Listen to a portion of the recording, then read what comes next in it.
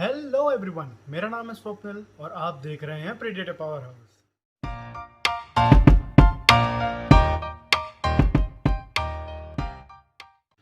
So friends, आज का जो एपिसोड होने वाला है वो बहुत बहुत इम्पॉर्टेंट है एंड साथ ही साथ इंटरेस्टिंग भी रहने वाला है।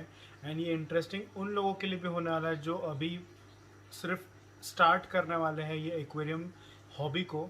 एंड ये वीडियो उन लोगों के लिए भी है जो काफ़ी सालों से है ये हॉबी में। आज का जो वीडियो का टॉपिक है वो आज एकदम मैं बेसिक्स में बात करने वाला हूँ। आज ना ही मैं कोई प्रेडेटर फिश के बारे में बात करने वाला हूँ, ना कोई मॉन्स्टर फिश के बारे में बात करने वाला हूँ। मुझे एक्चुअली पर्सनल में काफ़ी रिक्वेस्ट आई है मुझे कि भाई एक्वेरियम रखने से पहले या एक्वेरियम में आपके पर्सनल क्या बेसिक्स आप फॉलो करते हैं, प्लीज़ आपका एक्सपीरियंस शेयर कीजिए। सो अभी जो मैं आप लोगों के साथ कुछ पॉइंट्स मैं शेयर करने वाला हूँ वो मेरे पर्सनल पॉइंट रहने वाले हैं। एंड जो मैंने इतने सालों में अपना एक्सपीरियंस मैंने गेन किया है उस बारे में रहने वाला है। और कुछ कुछ चीज़ें जो रहेगी वो मेरी आंखों देखी है, वो बेसिक चीज़ें हैं। एंड वो एक्चुअली बेसिक्स बहुत ज़्यादा इम्पॉर्टेंट है। और एक्चुअली वो जो बेसिक्स है वो हम लोग थोड़ा नज़रअंदाज कर देते हैं उस चीज़ को फॉर सर्टन टाइम। एंड उसके बाद हम रिग्रेट करते हैं कि यार वो बेसिक छोटी सी चीज़ थी, हम लोग उसको हम लोगों ने इग्नोर करके गलत किया। आज वही सब मैं बारे में बात करने वाला हूँ आप लोगों के साथ। सबसे पहले आज का टॉपिक जो ये होने वाला है कि फ़िश जो है, अपन जो भी फ़िश पालते हैं वो भले गप्पी हो या आरापाइमा हो या कोई भी फ़िश हो, मैं आज फुल रेंज की बात करने वाला हूँ। एंड मैं स्पेसिफिकली आज फ्रेश वाटर के बारे में ही बात करना था। एंड बाकी इन टोटल जनरली जो मैं बेसिक पॉइंट मैंने जो ऑब्जर्व किया है, एक्सपीरियंस किया है, वो सब मैं आप लोगों के साथ शेयर करने वाला हूँ। तो सबसे पहली बात ये जो टॉपिक का है मेरा ये था कि लोगों ने मुझे बहुत पूछा कि मछली की लाइफ कितनी होती है। मतलब भले आप गप्पी ले लो, मौली ले लो, प्लेटी ले लो, डॉफ गोरामी ले लीजिए या फिर पंगेशियस ले लीजिए जिसे आईडी शार्क भी कहा जाता है, इरिडिसेंट शार्क भी कहा जाता है, या गोल्ड फिश ले लीजिए। आज जो मैं फिशेस के बारे में बात करने वाला हूँ ये the mostly commonly sold in India वाली फिशेस के बारे में मैं आप लोगों के साथ बात करने वाला हूँ, जो बहुत ज़्यादा तादाद में बिकती है इंडिया में। एंड तादाद में बिकने के साथ ही साथ वो चीज़ कितने अच्छी तरीके से आप उसे पाल सकते हैं। वो जो फिशेस है उसमें से कुछ कुछ फिशेस जो है वो आराम से आपके साथ में 10 से 15 साल, या कुछ कुछ फिशेस तो आपके साथ 20-20 25-25 साल रह सकती है आप लोगों के साथ, सिर्फ आपके अच्छे केयर और आपके प्यार के साथ। मतलब उसे अच्छी से प्यार कीजिए, आप अच्छी से उसे मेंटेन कीजिए, तो डेफिनेटली वो फिश आपके साथ काफ़ी लंबे समय तक आपका साथ देगी। तो उसमें कुछ पॉइंट्स रहने वाले हैं जिनके बारे में आप लोगों के साथ मैं ये वीडियो में शेयर करने वाला हूँ। तो I request you all to please watch this entire video and please do share this with your new hobby comers, और जितने भी आपके फ्रेंड्स हैं उनके साथ शेयर कीजिए। एंड ये वीडियो को आगे बढ़ाने से पहले आप लोगों को सबको मेरी तरफ से happy Dussehra to you all. And I hope आप लोग सब सेफ होंगे, आप सब सही होंगे। तो चलिए अब वीडियो शुरू करते हैं। सो फ्रेंड्स, अब इंडिया में मैं स्पेसिफिकली इंडिया की बात करूँगा अभी। मोस्ट सेलिंग फिशेस इंडिया में जो है, अगर वो देखा जाए, या फिर कॉमनली सेलिंग जो बहुत रेगुलर बेसिस पे सेल होती है, मैं हाई प्राइस फिशेस की बिल्कुल भी बात नहीं करूँगा। मैं जो रेगुलर बिकती है 50 पैसे, 1 रुपये, 2 रुपये, 50 रुपये, 20 रुपये, 100 रुपये, उन फिशेस के बारे में बात करने वाला हूँ। एंड उसमें से एक दो फिशेस, येस, वो जाइंट फिशेस में भी आती है एंड उस बारे में मैं आप लोग को बताऊंगा। सो जो बहुत कॉमनली बिकती है फिशेस वो हो गया है, गप्पी हो गया है, प्लेटी हो गया, मौली हो गया, कार्प फिश हो गया, गोल्ड फिश हो गया। एंड इसमें से कुछ कुछ फिशेस तो एक्सपेंसिव भी बहुत ज़्यादा होती है, जैसे एग्जॉटिक गोल्ड फिशेस आ गई है, या फिर जापानीज़ कोई कार्प हो गई है। कार्प वैरायटी की फैमिली में से कोई वैरायटीज़ हो गई है जो बहुत एक्सपेंसिव बिकती है। तो उनमें से मैं एकदम बेसिक बेसिक जो कॉमनली अवेलेबल जो फिशेस है उनके बारे में आप लोगों के साथ मैं शेयर करने वाला हूँ। एंड जो कॉमन फिशेस है उनको किस तरीके से रखना चाहिए, और उसमें क्या मेरे पॉइंट ऑफ व्यूज़ है मैं वो आप लोगों के साथ शेयर करने वाला हूँ।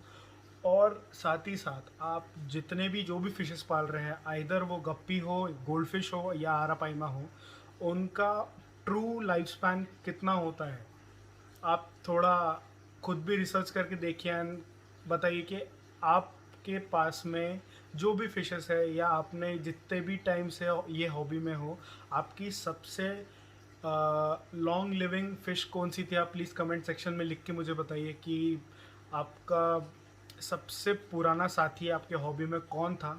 And I would love to know कि आपके साथ में सबसे पुरानी फ़िश आपके पास कौन सी थी। तो यस, मैं ये बोलूँगा कि जो बेसिक फ़िशेस हैं वो भी काफ़ी लंबे समय तक जीती है। तो उस चीज़ के लिए मैं आप लोगों के साथ में कुछ पॉइंट्स में आप लोगों के साथ बेसिक पॉइंट्स में आप लोगों के साथ शेयर करना पॉइंट एंड बेसिक पॉइंट ये है कि फिशेस को आप बाउल में मत रखिए। जो एक्वेरियम शॉप्स में जो क्रिस्टल बाउल्स आते हैं वो काफ़ी वेरियस साइजेस में आते हैं। मैं कोई भी सेलर्स के प्रोडक्ट के ख़िलाफ़ नहीं जा रहा हूँ, ये मैं मेरा पर्सनल व्यू बता रहा हूँ। एंड जो फिशेस है उसमें उनको बहुत ज़्यादा तकलीफ़ होती है। फ़र्स्ट ऑफ़ ऑल मैं बाउल इसीलिए मना कर रहा हूँ क्योंकि आप भी इवन जब बाउल में देखेंगे तो आपको फ़िश का जो एक्चुअल साइज़ रहेगा वो बहुत डिस्प्रपोर्शनेटली विजुअल में रहेगा आपको। मतलब वो अगर फ़िश 1 इंच 1.5 इंच की रहेगी या 2 इंच की फ़िश रहेगी, जैसे आप उसको बाउल में रख रहे हैं तो वो बाउल में मैग्नीफाइंड वे में वो बहुत ज़्यादा बड़ी दिखेगी, 3 इंच की दिखेगी, 3.5 इंच की दिखेगी, जो कि वो उसका फॉल्स साइज़ है। और साथ ही साथ में जैसे वो अपने को मैग्नीफाइंड होके दिखता है तो जनरली जो फिशेस होती है उनको भी वही सेम प्रॉब्लम होता है। मतलब उनको मैग्नीफाइंड व्यू मिलता है आउटसाइड का, जिसके कारण वो बहुत जल्दी या तो स्ट्रेस में आ जाती है या majority of the time stress में रहती है। तो जनरली उसमें आपने नोटिस किया होगा कि बाउल क्रिस्टल बाउल में फिशेस की लाइफ ज़्यादा नहीं रहती है। और उसमें सबसे ज़्यादा प्रॉब्लम ये होता है कि उसमें लोग बड़ी बड़ी जो फिशेस वैरायटी है उनके बेबीज़ को भी उसमें डाल देते हैं। और बहुत टाइम तो मैंने ये भी देखा है कि लोग क्रिस्टल बाउल बेचते हैं और उसमें बोलते हैं कि भाई ये पॉट में ऑक्सीजन की बिल्कुल ज़रूरत नहीं है, इसमें फ़िश रह जाएगी अपने आप। या फिर पानी भर दिए, गोल्ड फिश छोड़ दिए तो 4-5 गोल्ड फिश छोड़ देंगे थोड़े बड़े साइज़ के क्रिस्टल बाउल में और उसमें ऑक्सीजन नहीं डालेंगे, बोलेंगे बिना ऑक्सीजन की रहती है फ़िश। ये एकदम बेसिक है जो आपको समझना पड़ेगा कि कौन से फ़िश एयर ब्रीदर है, मतलब सरफेस में आके ब्रीथ करती है, जस्ट लाइक आरापाइमा या जायंट गोरामी या एलिगेटर गार या ऐसी जो कैटफिशेस वैरायटी है वो एयर गल्प करती है। और कुछ फिशेस होती है जो डिज़ोल्व ऑक्सीजन यूज़ करती है। डिज़ोल्व ऑक्सीजन मतलब वाटर में जितना भी ऑक्सीजन जो डिज़ोल्व्ड है वो ऑक्सीजन यूज़ करती है। तो आपने अगर वो फिशेस आपने विदाउट ऑक्सीजन रखा तो डेफिनेटली आपकी फिशेस मरने वाली है या मरती होगी। तो और ये चीज़ मैंने काफ़ी मेरे फ्रेंड सर्कल में भी देखा है जो इनिशिएटिवली मतलब खुशी खुशी वो पॉट लेके आ जाते हैं, फिर बाद में बोलते हैं यार भाई मछली मर गई है क्या करूँ। उसके बाद मैं जब उनका सेटअप देखता हूँ तो उसमें ऑक्सीजन ही नहीं होता है ना ही। कुछ कुछ जो शॉपकीपर्स हैं वो लोग भी उनको एजुकेट नहीं करते कि ये फ़िश विदाउट ऑक्सीजन रहेगी या नहीं रहेगी। तो प्लीज़ मेक श्योर कि आप first of all bowl purchase मत कीजिए। उसमें फ़िशेस की लाइफ भी कम होती है एंड वो फ़िश बहुत ज़्यादा स्ट्रेस आउट रहती है। तो बाउल प्रेफर्ड नहीं है। दूसरी बात ये, आपको जो भी फ़िश खरीद रहे हैं आप उसकी बिहेवियर समझें। वो फ़िश स्कूल में रहती है, स्कूल एज इन वो मतलब 5-6 ग्रुप में रहती है या अकेले रहती है।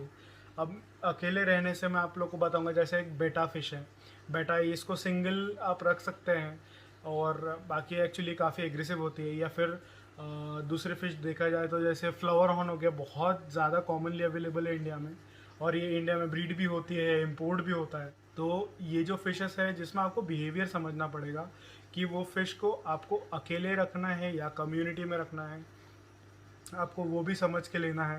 एंड उसके बाद में आप जब कम्युनिटी फॉर्म करोगे, जो भी आप टैंक खरीदेंगे एंड उसमें जब कम्युनिटी फॉर्म करोगे तो आप ये देखिए कि उसका बिहेवियर न्यूट्रल रहे, मतलब अगर सिंगल फिश रखने वाली है तो आप उसको अकेले रखिए, बट अगर कम्युनिटी फिश है, कम्युनिटी टैंक बना रहे हैं, तो उसमें आप ये देखिए कि वो फिश का एग्रेशन एटलीस्ट जो टैंक में है उसमें एग्रेशन प्लस माइनस ना हो, वो सेम एग्रेशन की सारी फिशेस रहे।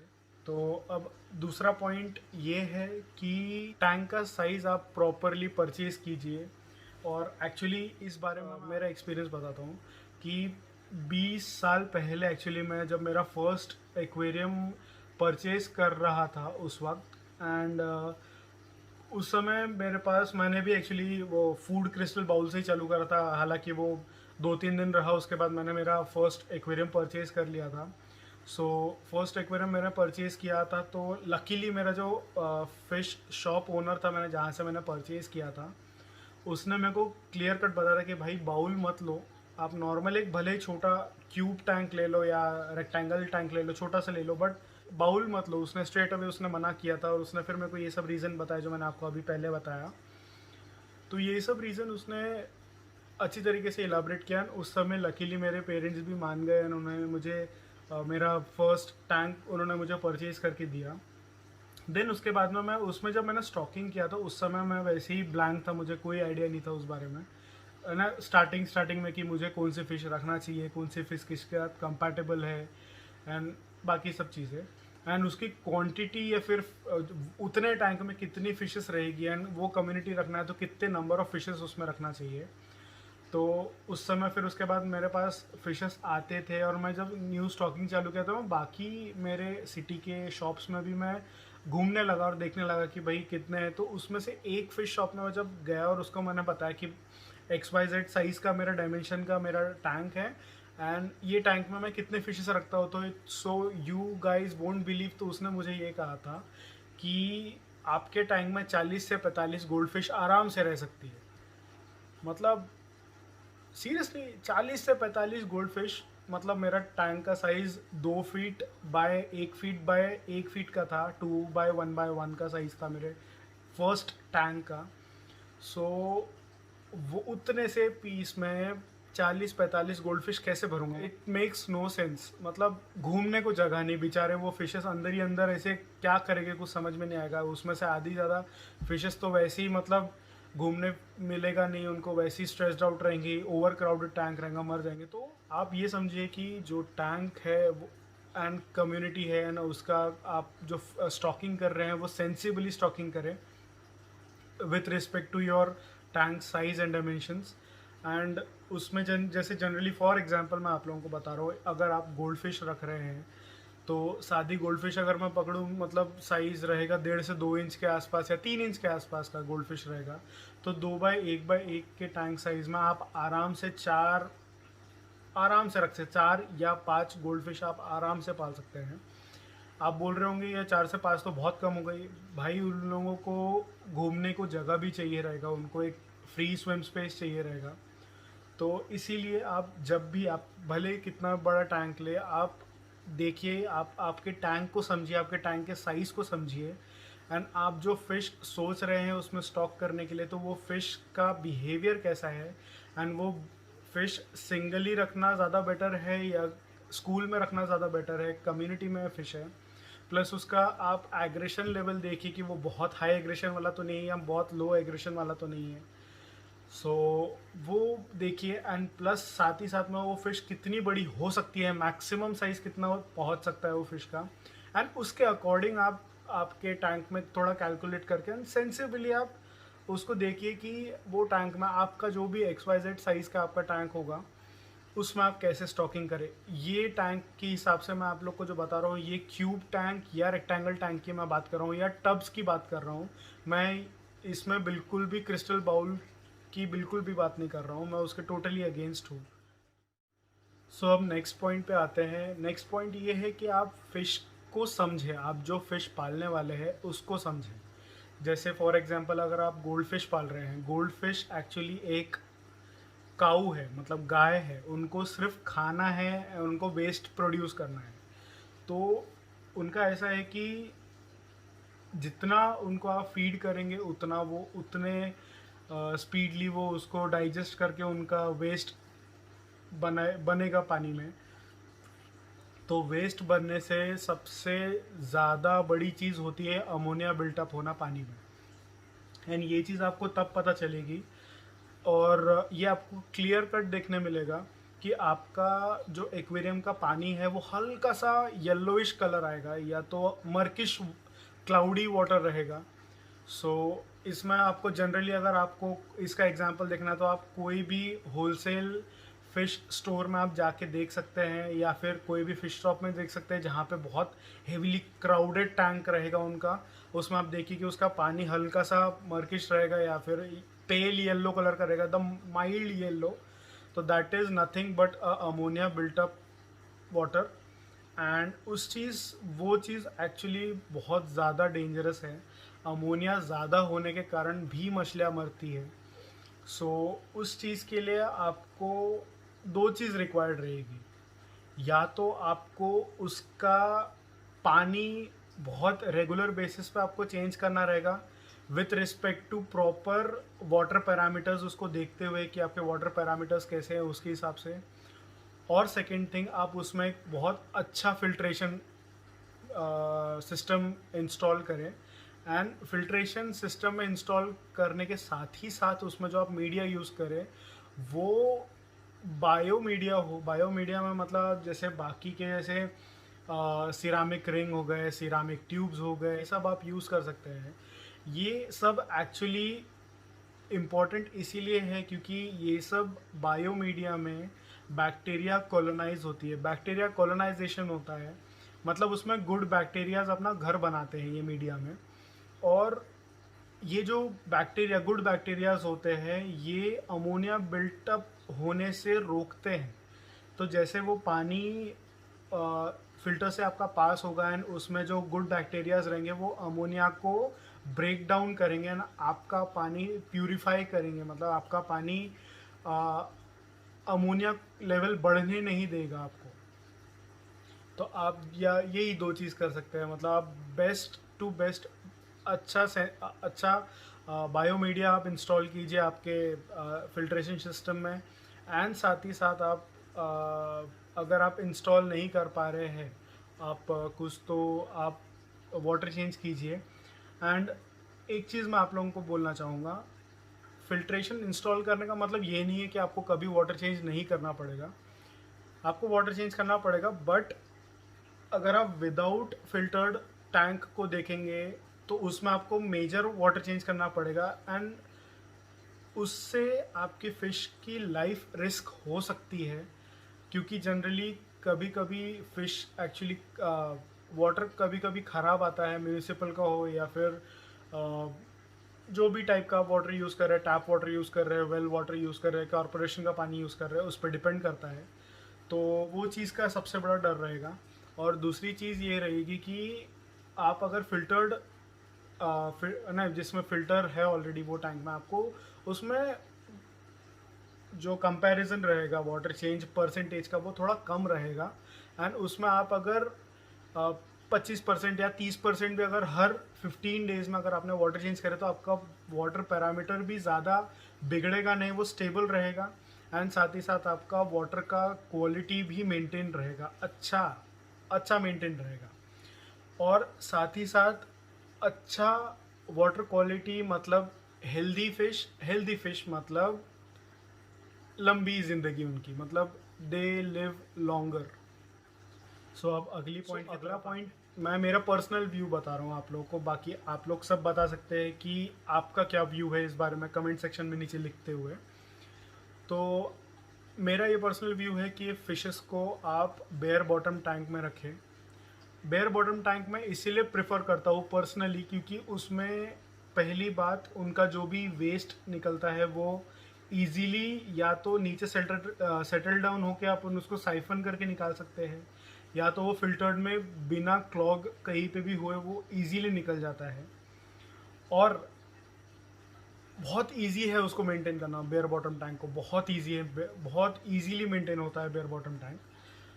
अब जो लोग सबस्ट्रेट रखना पसंद करते हैं तो उन लोगों के लिए आप लोगों के लिए एक चीज़ बढ़ जाएगा, उसमें ये है कि आपको हर वीक आपको एटलीस्ट वो जो भी सबस्ट्रेट आप डाल रहे हैं एटलीस्ट उसको थोड़ा बहुत हिला के आप उसको उसका नीचे का जो डिब्री और जो उसमें वेस्ट क्लॉग होता है, जैसे आपने फॉर एग्जांपल आपने नीचे स्टोन डाला है तो वो स्टोन के बीच में उनका फिश का वेस्ट जमा हो जाएगा और वो भी पानी ख़राब करता है। तो आपको एवरी वीक जो भी आप वीकली स्केड्यूल करते हैं आपका वाटर चेंज का, उसमें भी आपको पूरा टैंक में जितना भी आपका सबस्ट्रेट है वो पूरा हिला हिला के आपको उसका पूरा क्लीन करना पड़ेगा, आपको उसका सबस्ट्रेट पूरा क्लीन करना पड़ेगा। एंड उससे आपका मतलब ये एडिशनल वर्किंग है आप लोगों की, अगर आप सबस्ट्रेट अगर उसमें रख रहे हैं टैंक में तो सो वही एक बात है। और अब दूसरे पॉइंट की तरफ आते हैं, जितनी बड़ी जगह उतना अच्छा, इन्हें बोलते हैं bigger space is better than a smaller space. So आपकी जो फ़िश है आपको उनको जितना बड़ा स्पेस देंगे, जितना बड़ा स्विमिंग रूम देंगे उतना ज़्यादा बेहतर है उनके लाइफ के लिए, उनके हेल्थ के लिए, एंड उतने ही खुश रहते हैं फिशेस। सो जैसे इवन मेरे पास जो अभी मेन टैंक में मेरे पास में सिल्वर अरवाना है या फिर रिटेल कैटफिश है, वो ऑलमोस्ट मेरे टैंक को ऑलरेडी ओवर ग्रो कर चुके हैं। एंड उन लोगों के लिए मैं अभी बहुत ही जल्द मैं अपना एक सीमेंट टैंक बनाने वाला हूँ और वो टैंक बहुत बहुत बहुत बड़ा होने वाला है। एंड उस बारे में मैं आप लोग को बाद में अपडेट दूंगा अपकमिंग फ्यूचर में। एंड जो उसका जो प्लान है, मैंने plan A B and C plan बनाया हुआ है, उसका कार्ड मैं यहाँ ऊपर दे दूंगा। वो एपिसोड का जो मैंने मेरा प्लान है यहाँ ऊपर लिंक में देख कर दूंगा ताकि आप वो प्लान देख सके। इवन वो प्लान देखने के बाद आप मेरे को ये कमेंट, ये वीडियो में या वो वीडियो में आप कमेंट करके बता सकते हैं कि आपको बेस्ट प्लान कौन सा लगा, या आपके पास कोई और प्लान है तो आप मुझे वो भी शेयर कर सकते हैं। सो मैं यही बोलूँगा कि जितना बड़ा स्पेस देंगे फिशेस को वो उतनी ज़्यादा खुश रहेंगे, उतने ज़्यादा हेल्दी रहेगी और उतनी ही ज़्यादा अच्छी तरीके से वो अपनी लाइफ जी सकेंगे। इसके बाद एक जो पॉइंट आने वाला है that is food, the most important thing after water quality.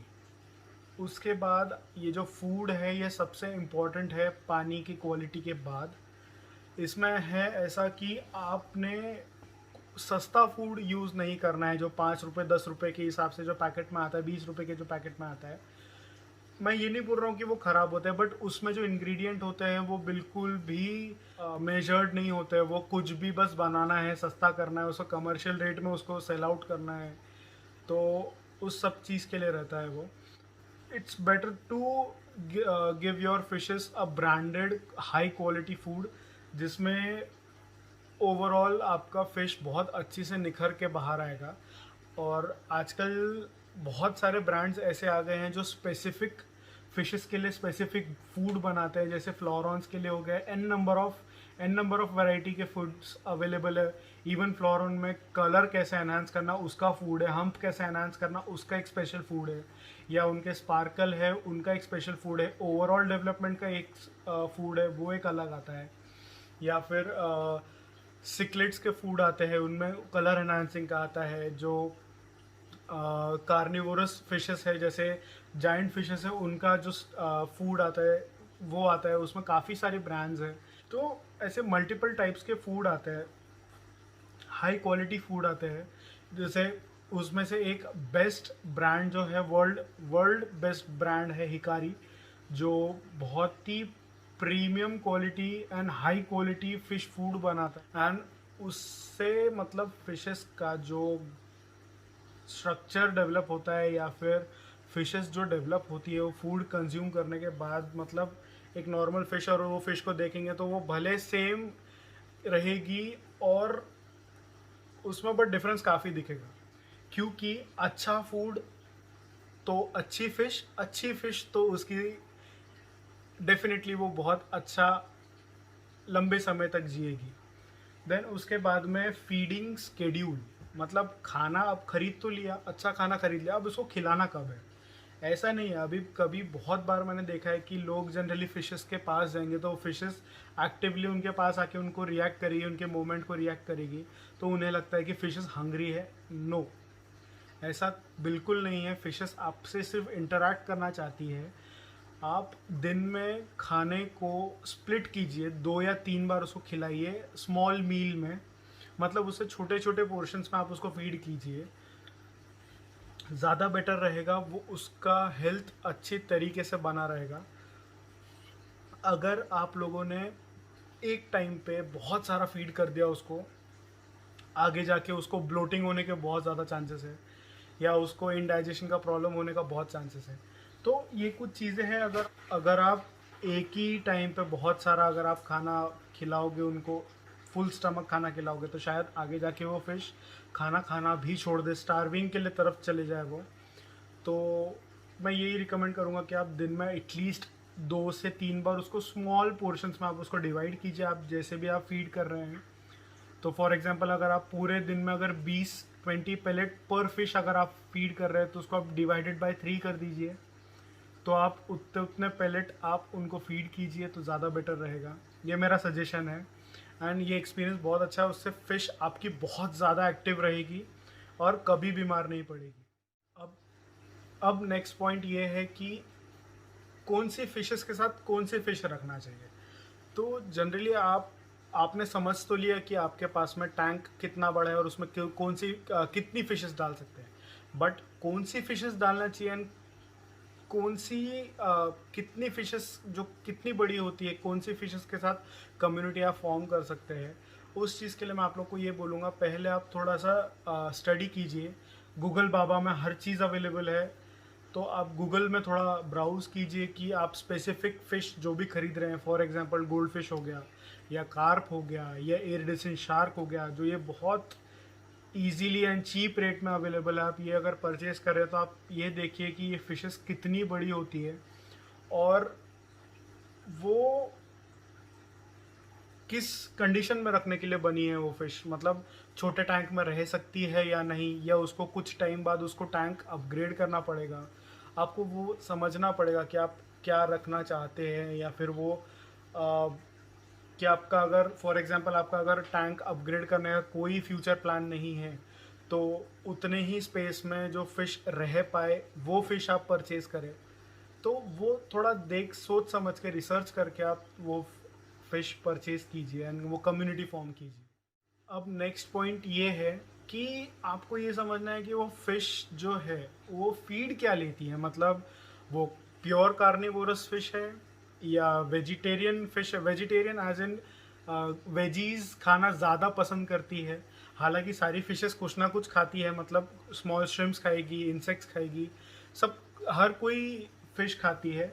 But majority जैसे अगर आप वेजा को देखें तो वेजा पीज़ या फिर ग्रीन वेजिटेबल्स खाना बहुत पसंद करती है। या फिर गोल्ड फिशेस हो गए, उनको भी बॉइल्ड पीज़ बहुत ज़्यादा पसंद है, बॉइल्ड वेजिटेबल्स बहुत पसंद है। या जाइंट गुरामे हो गया, उनको लीफी वेजिटेबल्स बहुत ज़्यादा पसंद है। तो ऐसे जैसे आप उनको फीड क्या पसंद है, अब जैसे फॉर एग्जांपल आप अरवाना पकड़ लीजिए, अरवाना को आप लीफी वेजिटेबल्स या वेजिटेबल नहीं खिला पाओगे। बहुत रेयर कंडीशन है। जैसे मेरे एक फ्रेंड ने मुझे बताया था कि उसका अरवाना बनाना खाता है एंड फ्रूट्स खाता है। मैं टोटली शॉक था, और वो चीज़ आज तक मानने के लिए मेरे दिमाग से नीचे नहीं उतर रहा है कि अरवाना फ्रूट्स भी खाना चालू कर दे। हालांकि वो अच्छी बात है, बट जनरली जैसे बाकी कैटफिशेस हो गए वो बहुत एग्रेसिव, जैसे रेड कैटफिश हो गया, वो उनको टोटली मीटी डाइट चाहिए रहता है। या स्टेपल में जो उनका हिकारी का जो फूड आता है, स्टेपल सिंकिंग पैलेट्स आते हैं, वो आप फीड कर सकते हैं।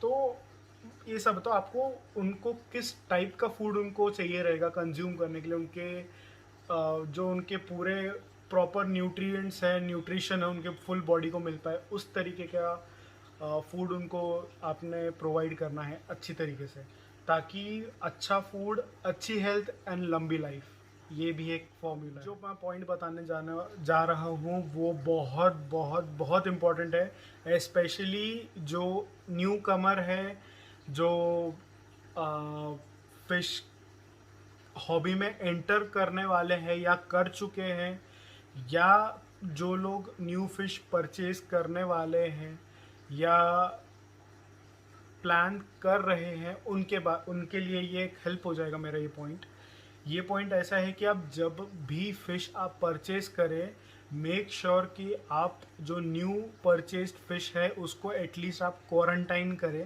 क्वारंटाइन करना मतलब आप जैसे शॉप से परचेज़ करके लाएंगे तो वो उधर का वाटर पैरामीटर, उधर के वाटर कंडीशन, उधर का वाटर क्वालिटी एंड किस टाइप का वो फूड देते थे, वो सब एकदम डिफरेंट होता है। क्योंकि घर में वो सब नहीं होता है। घर में हम बहुत अच्छी तरीके से उनका पालन पोषण करते हैं, अपने फिशेस का या अपने पेट्स का।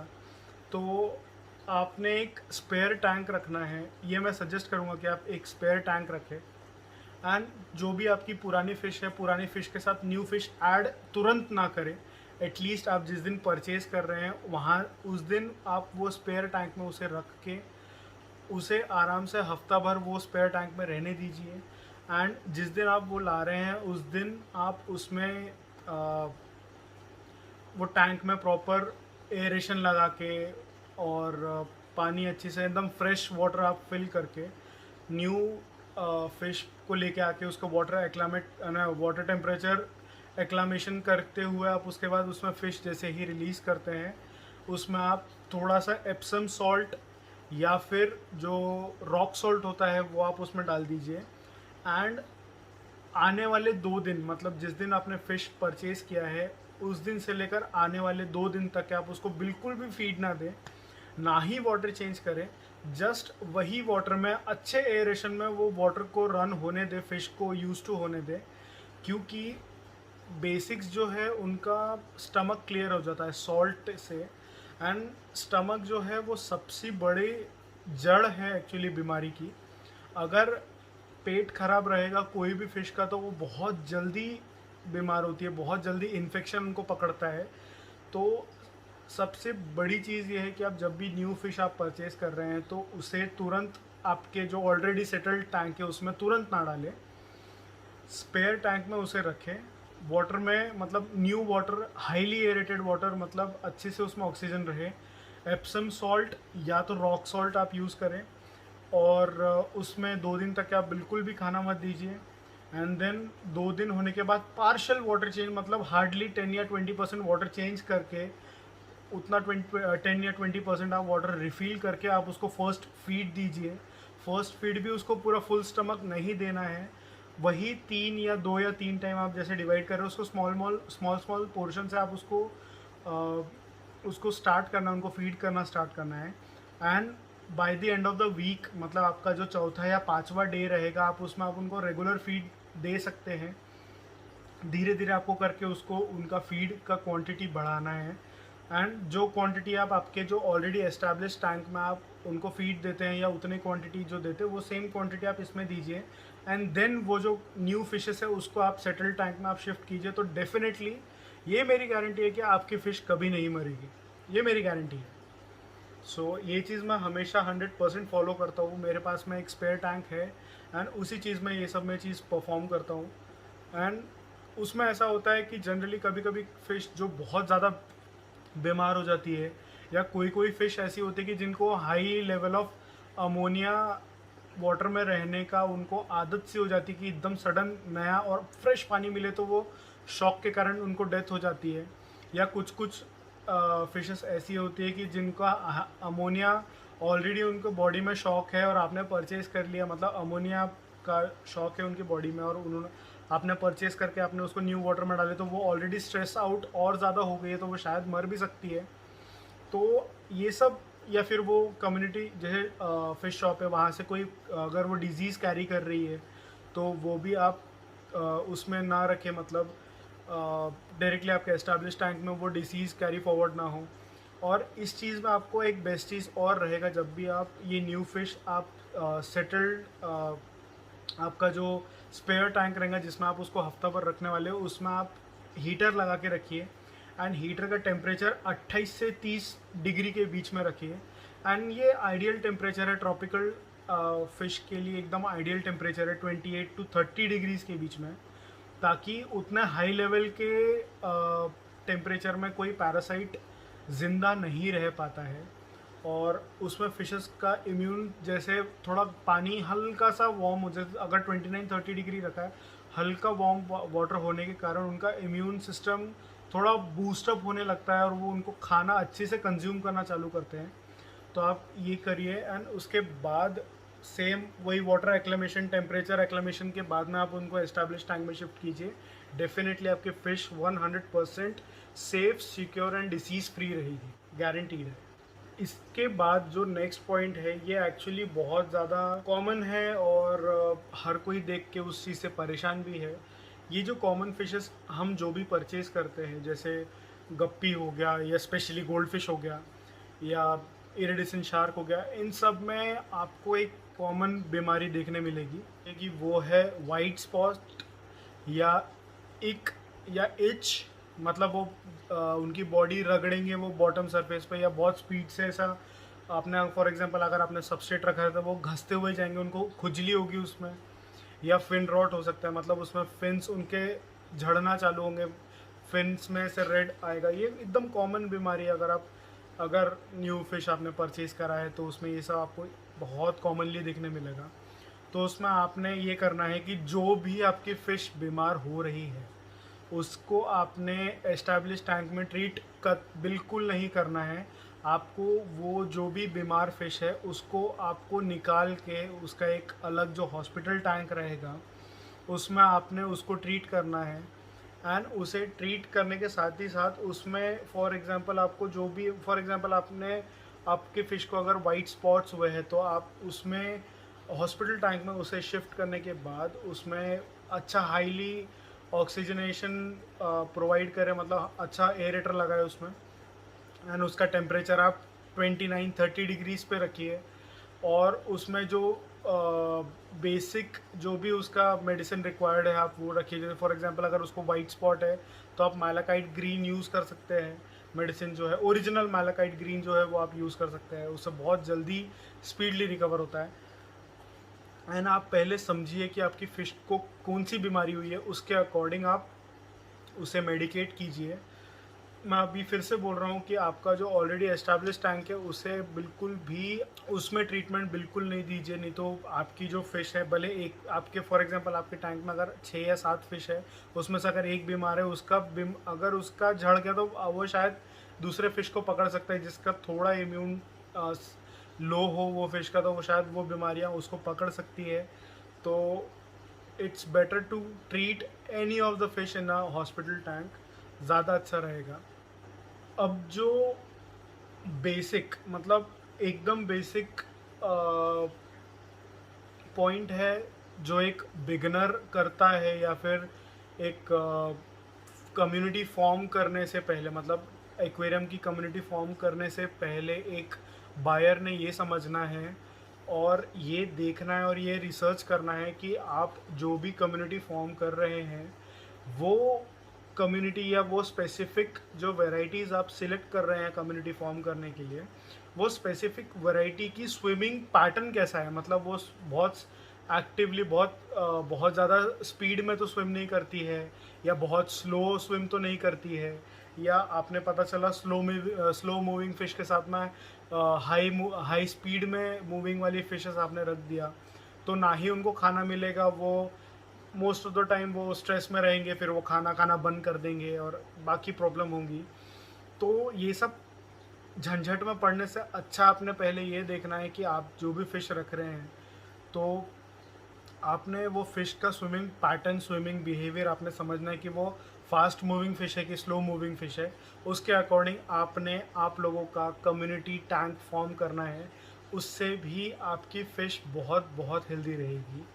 सो गाइज़, ये था मेरा लास्ट पॉइंट, और ये जितने भी मैंने आपको पॉइंट्स बताया ये बहुत ही ज़्यादा बेसिक्स येट बहुत ज़्यादा इम्पॉर्टेंट पॉइंट है एक एक्वेरियम हॉबिस्ट्स के लिए। और मैं ये नहीं कहूँगा कि ये जो मैंने पॉइंट्स बताए ये सिर्फ़ और सिर्फ बिगनर्स के लिए है या न्यू कमर्स के लिए है, नहीं। कुछ कुछ चीज़ें ये आज की डेट में मैं भी कभी अगर भूल जाता हूँ तो ये मैं भी गलती कर बैठता हूँ कि भैया ऐसा हो गया या ऐसा करना चाहिए था। तो ये रिग्रेट ना हो, और कुछ चीज़ें ये एकदम बेसिक है जो हमें हमेशा फॉलो करते रहना चाहिए। और सबसे बेस्ट चीज़ है, और आप जो फ़िश है, आपको फ़िश को अच्छी तरीके से मेंटेन करना है। एकदम बेसिक्स में आपको अगर बताऊं तो आपको उसको एक अच्छा वाटर क्वालिटी देना है, अच्छा फिल्ट्रेशन मीडिया या उसको अच्छी तरीके से वाटर क्वालिटी मेंटेन करना है, हाई क्वालिटी फूड देना है, और अच्छी से उसको ढेर सारा प्यार करना है। तो डेफिनेटली आपका बहुत अच्छी तरीके से आपका जो फ़िश है आपके साथ डेफिनेटली बहुत लंबे समय तक आपके साथ रहेगा। और मैं आज का एपिसोड यहीं ख़त्म करता हूँ, और आशा करता हूँ कि ये वीडियो आपको बहुत पसंद आया होगा, और आपको ये एपिसोड में जो भी मैंने information, basic experience and basic tips जो बोल सकते हैं, वो सब जो मैंने आप लोगों के साथ शेयर करा वो आप लोगों के काम में आएगा। So do share this episode with your friends and family members जो भी फ़िश हॉबी में है या आने वाले हैं। ताकि ये बेसिक गलती अगर वो लोग ना करें, और ये बेसिक्स अगर समझ ले एक्वेरियम हॉबी के, तो सब चीज़ ठीक रहेगा और वो लोग भी डिसअपॉइंट नहीं होंगे। तो चलिए आज का एपिसोड यहीं ख़त्म करते हैं। अगर आपको ये वीडियो पसंद आया होगा तो प्लीज़ लाइक कर दीजिए, शेयर कर दीजिए, एंड सब्सक्राइब भी कर लीजिए अगर आपने अभी तक के मेरे चैनल को सब्सक्राइब नहीं किया होगा तो चलिए आज का एपिसोड यहाँ ख़त्म करते हैं। Thank you everyone. जय हिंद।